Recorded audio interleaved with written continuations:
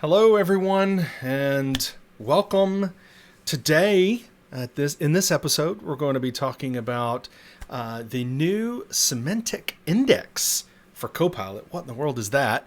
The OneDrive sharing experience is getting a little bit of a nice refresh to be able to manage access, and work hours and location coming to Outlook, letting people know, are you going to be in the office?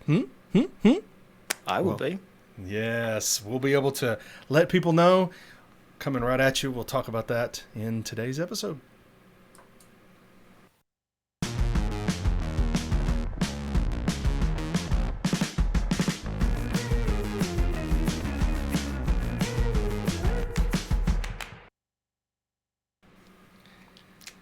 Hello, hello. Hey, well, this is the 365 Message Center show. Daryl is a service. That guy over there is. I'm Daniel, and this is episode 285. Yes. I've been kind of waiting for 285 because I don't know. 282, 283 just doesn't sound. I don't know. 285 though. It's like a. Yes. It's a milestone. It is a milestone. I was waiting for you to say it had some kind of significance in your life, like it was the street number of the house that you grew up in when you were a kid, you know? Are you trying to break into my financial institutions? No, not at all. No. Oh, yeah. It's one of those skill questions. Right. What are you doing here? I don't know. So, yeah. Hey, everybody. We've got a big show. A big show. So we are going to get into it. But first, let's make sure you're subscribed to our channel in YouTube. Give us a thumbs up. Go ahead and do that right now while you're listening. That would be great. And for those that are listening to the audio podcast, give us a rating in whatever platform you're using to listen to our podcast, and maybe give us a share as well. We'd love to have that going on as well. Daryl, you doing well? I am, yeah. And I'm quite excited, one, that you're going to be a speaker at ESPC. I am indeed. I am going to the European SharePoint and Office 365 and Azure conference. So there's going to be a lot of content there. They need to update their acronym. Yeah, well, ESPC rolls off the tongue. So, yes, going to be in Amsterdam, and the conference is happening November 27th through the 30th, and also we are giving away a ticket. We're giving away a ticket to attend the ESPC 23. So we're going to be giving all those details out very soon. But as our listeners, I wanted you to know we'll be doing that. But I want you to be aware of the conference. The conference, you can find all the details at SharePointEurope.com. So the conference is a world famous conference. It's one that so many of people that I know have gone and attended, as well as spoken at the conference, treated well. It is a top tier conference, and where you can get your learn on. There will be announcements happening then. I know that there are quite a few of the Microsoft contingent that are going to be there, as well as other experts. So that conference is going to be the conference to attend at the end of November. So make sure you're there. All of our friends in Europe, and I was looking at the stats, Daryl, and we have quite a few listeners and watchers from Europe. So all of you, I hope you will be attending. That was an audible wave, by the way. That's right. Audible wave. So I hope you'll be attending the conference. The conference will be covering all sorts of, as the name, the European SharePoint Office 365 and Azure conference tells you, but it will be Power Platform, Microsoft Teams content, Azure AI definitely is going to be covered, Microsoft Viva, SharePoint, of course, Dataverse. I mean, you name it, it's going to be there. The program is out already. So check that out at SharePointEurope.com and get all the details. Nice one. Yeah. So Daniel, let's get into it. Absolutely. Let's do it. We're starting with a message, and we will do this a bit every now and then, where there are some services that Daniel and I have access to because we have premium licenses for various things. We don't want to make it a premium show, but we do want to have a little bit of premium content just to let those know who are affected what's coming. And you've got a couple of messages for Microsoft Syntex. I do indeed. So I just realized I don't have them shared on my screen because I don't have Syntex running. Are you yes, ready? but you know what? I do. So let's do it. So the first up is Microsoft Syntex Image Tagger MC551018. So this one is interesting. That's an interesting syntax. Let me take a step back. Right now, you could set up a metadata on your library in SharePoint to say, I want tags on my images. And there's a set of, I think it says in here, I think it's 30 something tags. Let me scroll down. 37. There are 37 kind of basic tags, one of them being object. So they're basic, but you could set that up and you can tag images that way. Okay, so bringing that in. But what this is going to do, Syntex is going to look at your image and put in on your document library metadata, say this is what this image is and what it contains. So much better than we have with these basic image tags. So there's the way you set this up, and this message is pretty darn good about walking you through this. You're going to, as an admin, set it up. Now, it is a pay-as-you-go service, Syntex service. So meaning every image it looks like you're going to pay for it. Now, we don't have details on what that looks like because I'm pretty sure Syntex licensing, pay-as-you-go licensing is based upon unstructured and structured data. So would this be unstructured, an image, or is this going to be a new thing? I don't know. I don't know how that's going to be billed, to be honest. But admins set it up. Make sure you have that already, the pay-as-you-go billing set up and everything, and then you enable this. And then if you already have the column in your library, you just simply do this toggle, and there's an image in this image right here. Automatically tag images with detected objects. Yes. And then once you do that, it will start doing, tagging that.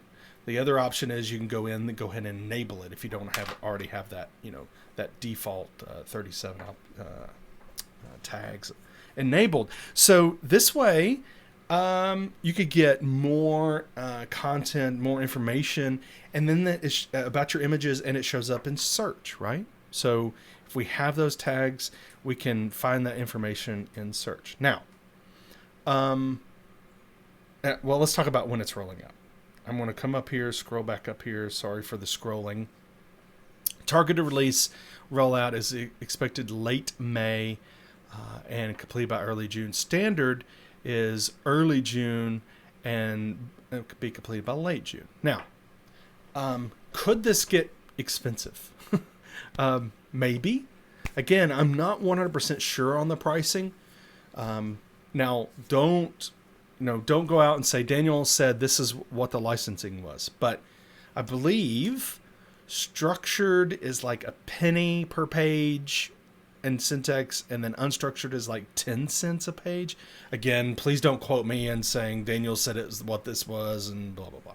But so is this going to be unstructured or is this a new way, a new cost? Anyway, we don't know. Wish we'd had that information in here. So hopefully they'll update the pay-as-you-go information with that. But can this get expensive? Yes, this could get really expensive. If you turn this on and everybody goes and enables it for every library, and starts uploading millions of documents, yes, this could get, or millions of images, yes, this could get expensive. So just letting you know that you kind of need to watch out for that one. Okay. Nice. Daryl is scrolling a nice banner at the bottom. A penny is 1 cent for those not in the US. Yes, that's Needed to be said. yeah. But see, this kind of goes along with the other Syntex message we have.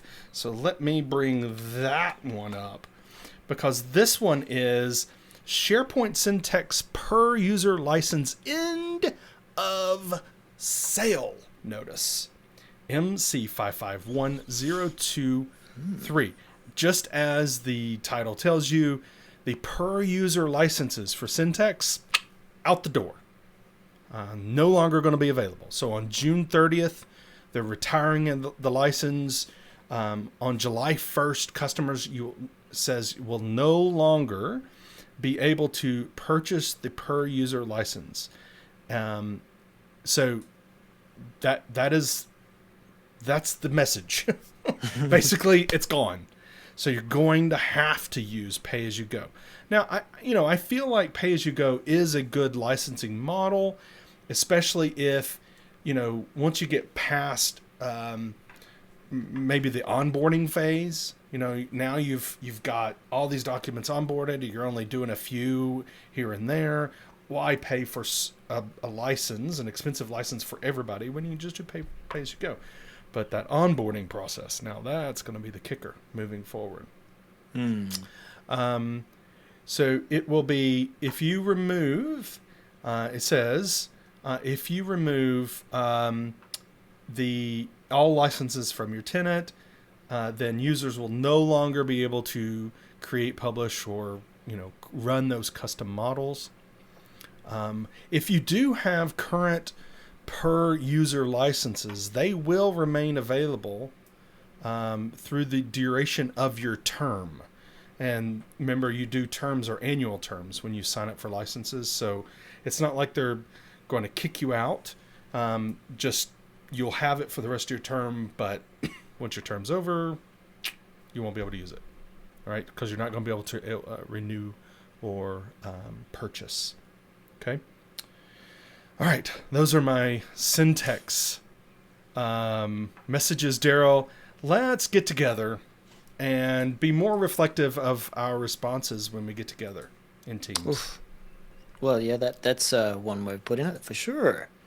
You use together mode, Daniel? I do sometimes. We find it useful when we're having our stand-ups and we want to see people in the same order across everyone's experience. We can see, okay, it's your turn to speak next. Together mode is going to get some usability improvements in Teams meetings. This is MC551019. And we actually see it already because we have access to TAP, so now we can talk about it. Interesting, in this message summary, it talks about showing active speaker when you're talking within these together modes. Let's just go down to the experience here. Being able to show the reactions over the top of the people within the together mode. You'll see like a little hand raise too if you've raised your hand there. So at a glance, you're still looking at the together mode gallery, so to speak, and you can see all of that information beside or just below the person as they are represented there. Reactions as well, the name of the person who's speaking, microphone activity, that sort of thing. Also, your own video will not be displayed in the gallery along the top. The gallery kind of doesn't really show here in this experience, but sometimes when you turn on together mode, you can see yourself, but just sort of tucked away and turned off. So you'll not have that double up of the video experience. You'll just be there in the together mode, because you do need to still see yourself in together mode, right? Otherwise, it wouldn't be together. It would be everyone else together and you're not there. But these are improvements, that's for sure. Rather than sort of glancing around and seeing, oh, who dropped that emoticon or who's actually speaking, so you can actually track and see that. Daniel, you use together mode at work. Do you think these will be improvements for you? Improvements, absolutely. To answer your question before, no, I don't use it very much in at work because of the issues that I think part of the reason why is because of the issues that this addresses somewhat, right? Is the reactions, who's talking, to give you those indications. I mean, you could kind of see, but especially if your group's huge, it's a little bit difficult. I think that this doesn't solve one big problem that makes together mode kind of goofy, and that's the size relation. Like some people, depending on how close they are to their camera, whether their head's really big or really small, but it does help with, it keeps people in the same order. Right. So when you're like, okay, let's tell everybody your favorite color, and then let's go from the top left, and it works. Works really well for stuff like that. So these changes, targeted release and public preview will be rolling out early May. Standard release rolling out early June. GCC High and DoD rolling out mid-June. Looking forward to it. Daniel, it looks like I've got another message. So we're doing twosies this time. Oh, we are? Yeah, we are, yeah. So this one is actually related to Copilot, and it's, I guess, revealing some of the questions we've had around, okay, well, how is Copilot going to understand our content? So this is announcing semantic index for Copilot, MC 552633. It is not a message saying it's going to be in your tenant shortly. We do see some of these messages occasionally where they're released in, it's for awareness, but it's not about saying the feature's coming soon necessarily. It's just saying that prepare and think about this and take a look at the roadmap. So in some ways it feels a little marketing. Now the detail in here talks about how a semantic index for Copilot is the thinking behind how Copilot will understand your organizational data. It is going to leverage the graph and work alongside the graph, but there'll be a few other things that it will understand and use to be able to build that language model for your organizational data.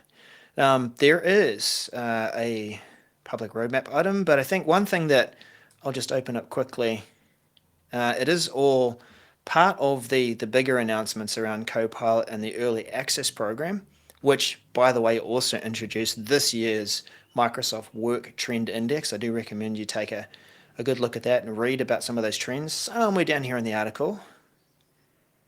Maybe it wasn't this one. There is a good little 2-minute explainer of what semantic index is. Let me just see. I think it might be here and here. I love it. Learn more on these blog posts here and here. So it might be the second here, if you hear me. Let's go down. I'm pretty sure. Here we go. Here we go. Semantic index for Copilot. Not that one. I won't play the audio, but remember the Copilot little explainer where it showed how things connected and the different things and the way it made its way through the process for us to be able to see how Copilot works.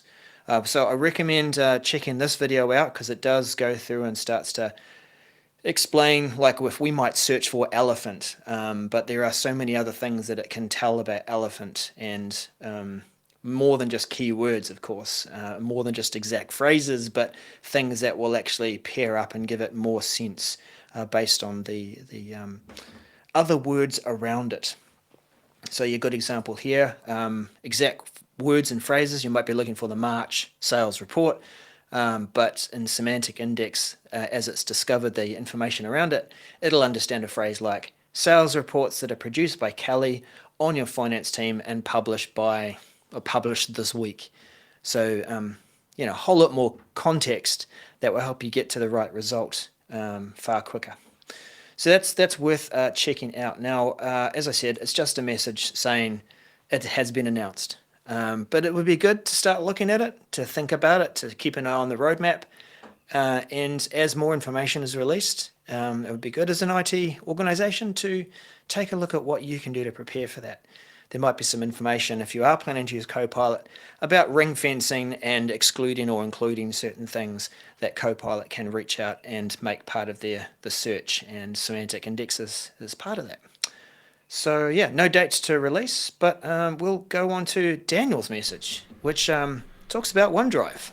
Yes, this is, and mentioned that at the top of the show, because this is a big one, I think, and I'm going to tell you why. Because I'm a co-host of this show, and I say so. No, um, I think it is big for usability. OneDrive, sharing experiences, refreshed manage access, MC 554155. This is, and I immediately thought about the classic SharePoint experience, where you went back and went, okay, why does this person have access to my content, or do they? And tell me why. Well, this is going to give us two, I think, pretty important facilities in managing access. So, first of all, when we're looking at managing access, so the improvements we see right off the bat now are we could see the people and the groups and the links that are giving access to this content, to this document, for instance, in this screenshot. But then we can also search. Because you can imagine, what if there's dozens and dozens of people who have access? I want to search and I want to find the person I'm looking for. Okay, great. Now what are you going to do? You found them, and it says they can edit it or they can view it. Great. What now? Well, in the second screenshot is another improvement, which is spelling out why they have access. Right. So in this screenshot, it shows that the person can edit and that they have direct access, and you could change that right there, right? You could say, instead of can edit, say view, but then also that there's sharing links, right? And they've used even a specific people sharing link there in the screenshot. So it details why this person has access. And I feel like, this is kind of a missing point that we've noticed in our sharing experiences.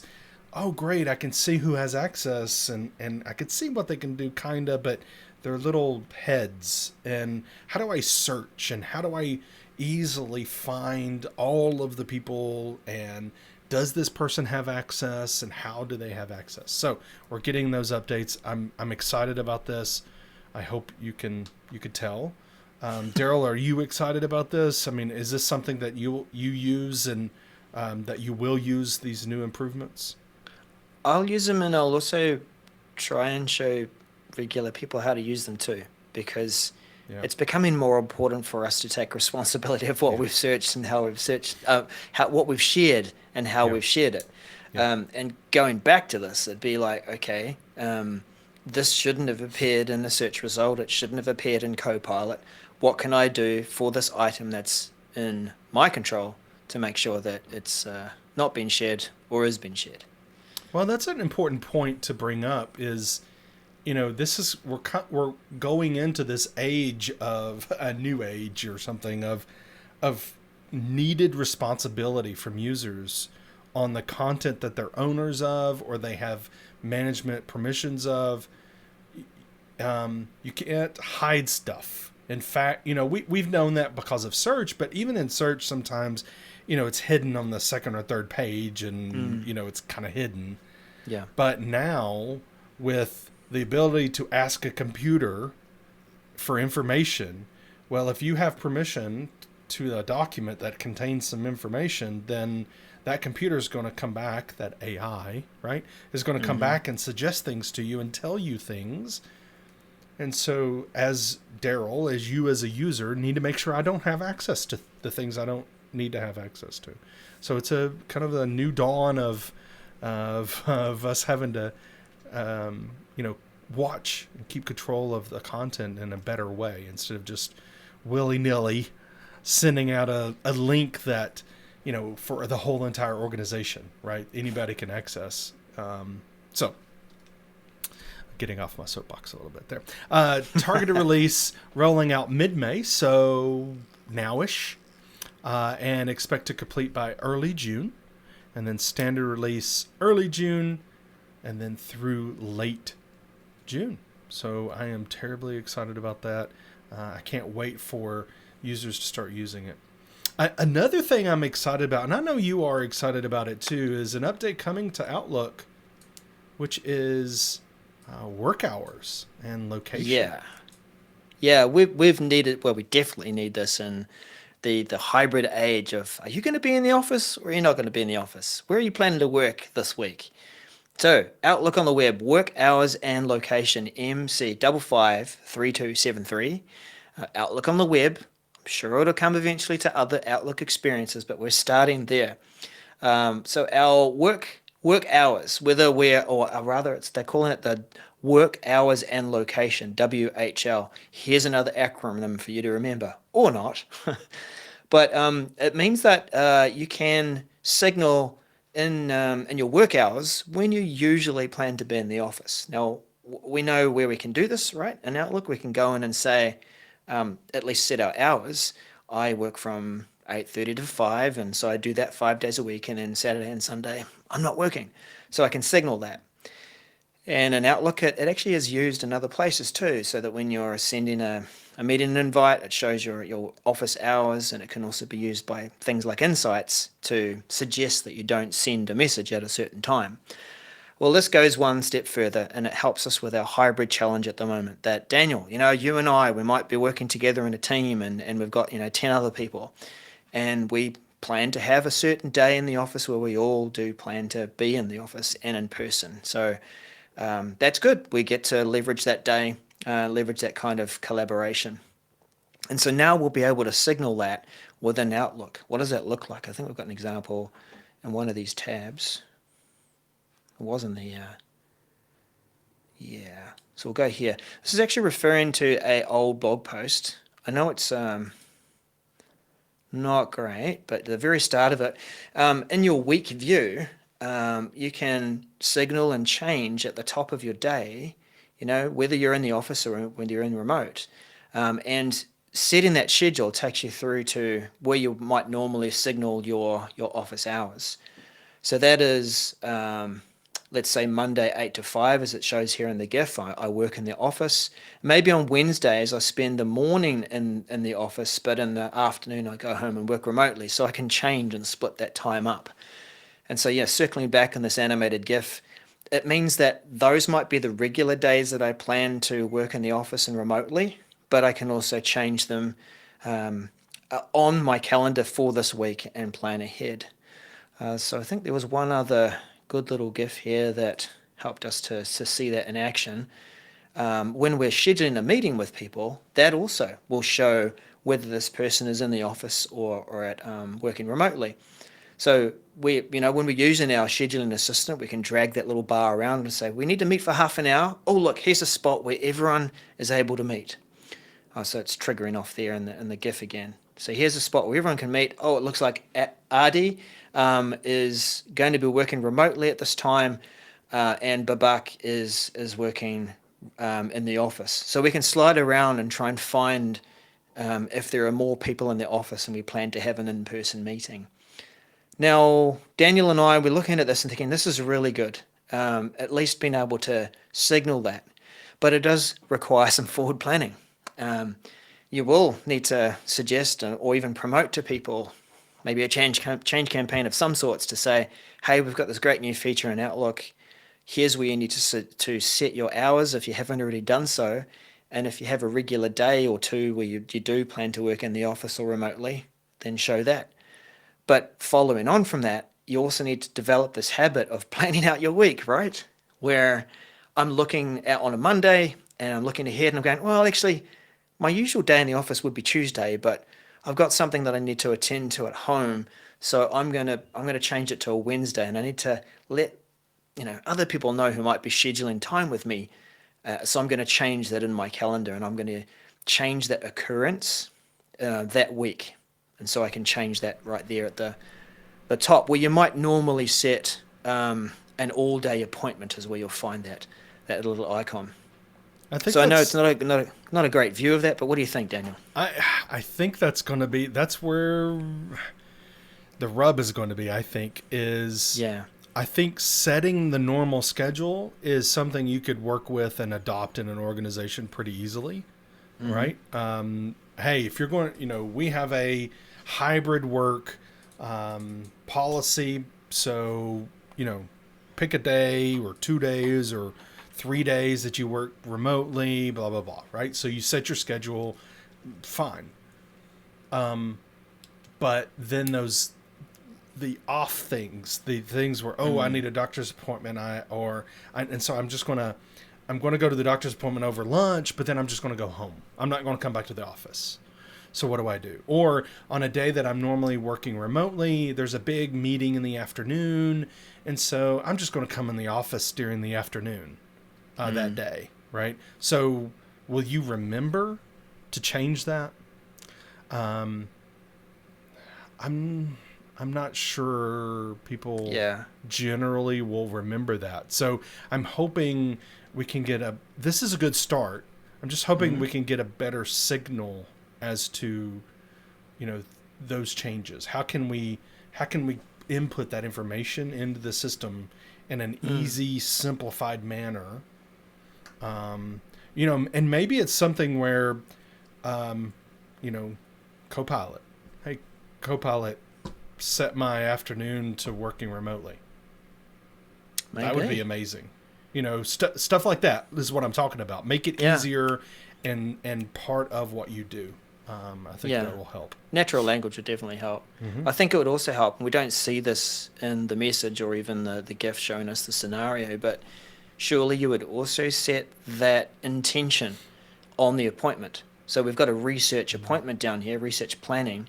Surely in the meeting, I would signal, I plan to attend this in person, or I plan to attend this remotely.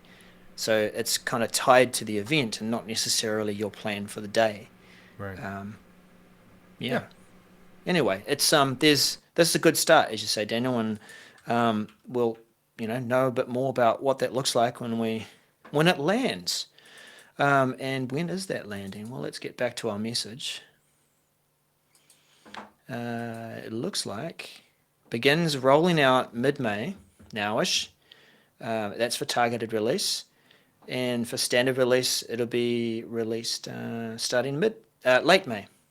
So, we should see it very soon. And, we might see this working home or whatever location and other various places too, to be able to signal that. Daniel, our last message is about search and chat and channels. Absolutely it is. So this one, and who has issues with searching in Teams? If you're not raising your hand, you're not paying attention. You're not searching. You're not searching. A new experience to search within chats and channels. MC 5545158. This is a new experience for chats. When you're in a chat, but also a new search experience for within channels. So Daryl is showing on screen the first experience, which is within a chat. You're going to be able to, in that kind of information pane area where this new thing we have with Teams is having that, using more space off to the right. Going to have the ability to do Control F in Windows or Command F in Mac to bring that window up and start searching within the chat. And further down in the message, it talks about not only is it this coming, but it's also going to highlight better the search results within the results, right? To see what you searched for. It's going to highlight that a lot better for you. So that's coming for chats. Now, it will come in channels as well. Right now, it's just in the new channels experience. It's not in the conversation view, right? Because remember, when we click on a conversation, we can go into a view all by itself. It won't work there yet, but very soon it will. So you can do Control F, or in a channel, you will be able to, in the information area, you'll be able to click a button that says Find in Channel, placed on the channel info pane. Okay, so that's cool. It's kind of a weird placement because we have the search box at top, and this is a conversation we always get into. You got a big search box up top. It's going to be really difficult for users not to just go up there and click it and start searching. So anyway, we're going to have to do a good job of helping with adoption here, I think. So we talked about, it also is going to improve, how it shows up in the search. And then it also works in chat with pop-out chats. Okay. So going to be able to do this as well. Do a Control F or in Windows and be able to do that. So, loving the experience. Search is probably the biggest thing in Teams that I wouldn't say complain about, but I get frustrated with as much.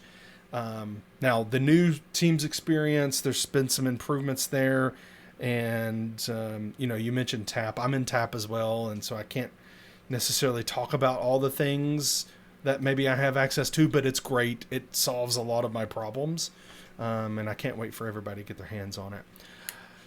So, this one, Daniel, what I like about where the results appear, we've been used to having them appear over the top of where the chats or your Teams and channels list might be. Yeah. Now is its own pane, so it's not like it's taking over where you might be trying to focus. Absolutely. I love it because you could see both, right? You can see the search results and the content, and so you can get that context. This is rolling out standard early June alt. I don't know what June alt is. June alt chat e. Something happened with this is definitely a typo in the message, people. But I believe it's early June, 2023, and expect to complete by mid-June. And you know what happened there? As they were writing the message, they thought, is this really the right date? Let me start a chat and I'll go and ask someone. And they used a shortcut key that put the alt something in there. Yeah. GCC will be rolling out late June, GCC high early July, DOD late July. Love them calling out the different tenant types. Thank you very much, team. Appreciate that. So I'm excited about this again because search is something we all use, and it's very important in our life because there's so much content in Teams. We need to be able to find stuff easily. Definitely. And that is our last message for the week. Thank you for hanging on in there. It's a good 37 minutes of value. So, we delivered value. Surely you've liked the message, or rather the episode by now, or maybe subscribed if you haven't already. And as you're listening to the podcast and you're coming to the end, you're going to be like, yes, I'm definitely going to give this some kind of rating. Though if you're driving, please don't do that till you get to the place where you're picking up your coffee or you've stopped. Yeah. Yes. And I'm a little disappointed we didn't have anybody participating in our giveaway this past week, so I'm going to extend it for this week.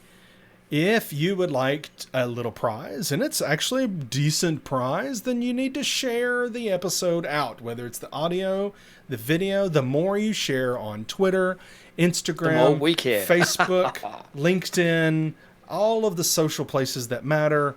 We are at 365 MCS. You have to tag us so we know you shared it. We would love for you to do that. Thank you, everyone, for watching and listening. And until next time, we will see you then. Until next time, have a great, great week. Bye for now.